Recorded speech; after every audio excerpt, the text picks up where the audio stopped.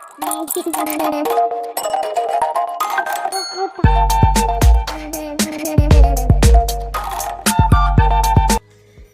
Friends, કેમ છો? મારી ચેનલ એચએનએસ ફૂડ સ્ટેશનમાં તમારું સ્વાગત છે. આજે આપણે મેથી મટર મલાઈનું શાક બનાવીશું, જે એકદમ ક્રીમી અને ખૂબ જ ડિલિશિયસ હોય છે, જે નાના મોટા સૌને ભાવશે. તો ચાલો તેને બનાવવાની શરૂઆત કરીએ. મેથી મટર મલાઈ બનાવવા માટે સૌથી પહેલાં તેની ગ્રેવી તૈયાર કરીશું. તો તેના માટે એક વાસણમાં 1 ટેબલસ્પૂન તેલ ગરમ કરીશું. તેલ ગરમ થાય એટલે તેમાં બધા જ ખડા મસાલા જેમ કે 1 ટીસ્પૂન આખું જીરું, 8 થી 10 આખા મરી, નાનો તજનો કટકો, 2 ઇલાયચી અને 3 થી 4 આખા લવિંગ ઉમેરીશું અને તેને અડધાથી 1 મિનિટ માટે સાતળી લઈશું. ત્યાર પછી તેમાં 8 થી 10 લસણની કળી, 3 થી 4 નાના આદુના ટુકડા અને 2 લીલી મરચી ઉમેરીને તેને સાતળી લઈશું.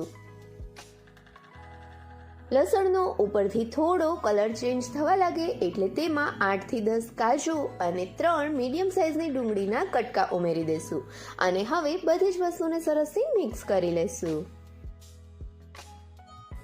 તેમાં સ્વાદ પ્રમાણે મીઠું ઉમેરી તેને સરસથી મિક્સ કરી લઈ ડુંગળીનો થોડો કલર ચેન્જ થાય ત્યાં સુધી પકાવીશું.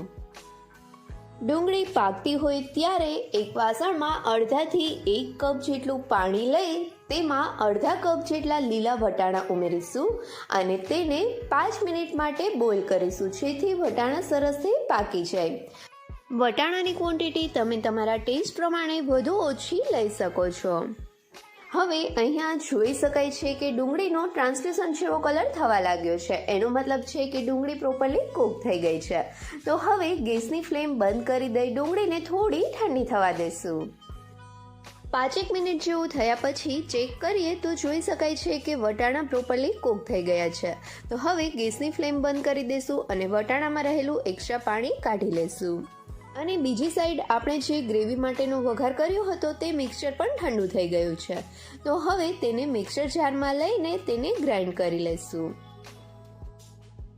જો આ પેસ્ટ પ્રોપરલી ગ્રાઇન્ડ ના થતી હોય તો તેમાં જરૂરિયાત પ્રમાણે 1 થી 2 ટેબલસ્પૂન જેટલું પાણી ઉમેરીને તેને ફરીથી ગ્રાઇન્ડ કરવું, જેથી તે પ્રોપરલી ગ્રાઇન્ડ થઈ જાય અને તેની મસ્ત એક પેસ્ટ તૈયાર થાય. હવે ફરીથી તે જ વાસણમાં 1 ટેબલસ્પૂન તેલ ગરમ મૂકીશું. તેલ ગરમ થાય એટલે તેમાં તૈયાર કરેલી પેસ્ટ ઉમેરીશું. હવે આ પેસ્ટને તેલ સાથે સરસથી મિક્સ કરી લઈ તેમાંથી તેલ છૂટું પડવા લાગે ત્યાં સુધી સતત ચમચા વડે હલાવતા મીડિયમ ટુ લો ફ્લેમ ઉપર પકાવીશું. 2 થી 3 મિનિટ જેવું સ્લો ટુ મીડિયમ ફ્લેમ પર પકાવ્યા પછી હવે જોઈ શકાય છે કે આ પેસ્ટમાંથી તેલ છૂટું પડવા લાગ્યું છે.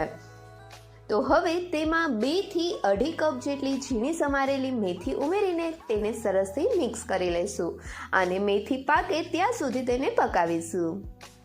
મેથીને પાકતા વધારે ટાઈમ નથી લાગતો. મીડિયમ ટુ હાઈ ફ્લેમ ઉપર 1 થી 1.5 મિનિટમાં જ પાકી જશે.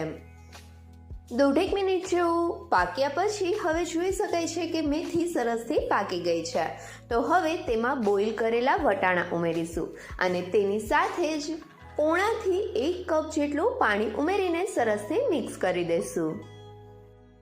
બધી જ વસ્તુ સરસથી મિક્સ થઈ જાય એટલે તેમાં સ્વાદ પ્રમાણે મીઠું અને 1 થી 1.5 ટીસ્પૂન જેટલી ખાંડ ઉમેરીશું.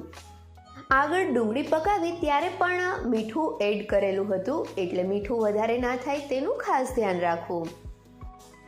હવે વચ્ચે ચમચા વડે હલાવતા મીડિયમ ટુ હાઈ ફ્લેમ ઉપર ગ્રેવી થીક થાય ત્યાં સુધી સબ્જીને પકાવીશું. સબ્જી કૂક થાય ત્યાં સુધીમાં જો હજી સુધી તમે મારી ચેનલને સબસ્ક્રાઇબ નથી કરી તો નીચે આપેલા સબસ્ક્રાઇબ બટન પર પ્રેસ કરો અને બાજુના બેલ આઇકન પર ક્લિક કરો, જેથી કરીને તમને મારા નવા વિડીયોનું નોટિફિકેશન મળતું રહે.